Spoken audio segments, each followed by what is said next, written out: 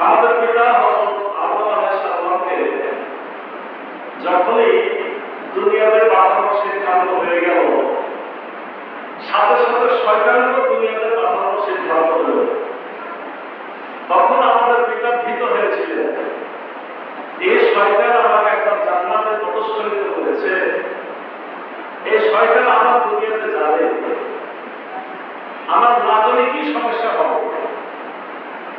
তখন রব্বুল আলামিন জানিয়েছিলেন, আউযু বিল্লাহি মিনাশ শাইতানির রাজীম, ফাইম্মা ইয়াতিয়ান্নাকুম মিন্নী হুদান ফামান তাবি'a হুদায়া ফালা খাউফুন আলাইহিম ওয়ালা হুম ইয়াহজানুন।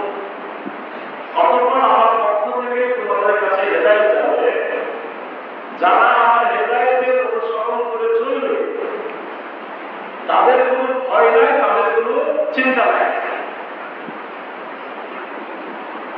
কোরআনের হেদায়েত নিয়ে যদি চলে আদম সন্তান অর্থাৎ আমরা, তাহলে আমাদের কোনো ভয় নাই, কোনো চিন্তা নাই। কিন্তু শয়তান আল্লাহর কাছে ক্ষমতা চাইল, রব্বুল আলামিন তুমি আমাকে কিয়ামত পর্যন্ত একটা সময় দাও, আমি তোমার বান্দাদেরকে পদস্খলিত করব। রব্বুল আলামিন তাকে ক্ষমতা দিলেন। তাহলে এক নম্বর হলো যে আদম সন্তান কোরআন ভিত্তিক চলবে, আর শয়তান সুযোগ দিল যে সে এই পথে চলতে দিবে না। এই যে যুদ্ধ চলবে সার্বক্ষণিক, এই যুদ্ধ যখনই শয়তান আমার সাথে করতে আসবে, তখন আমার দায়িত্ব কি?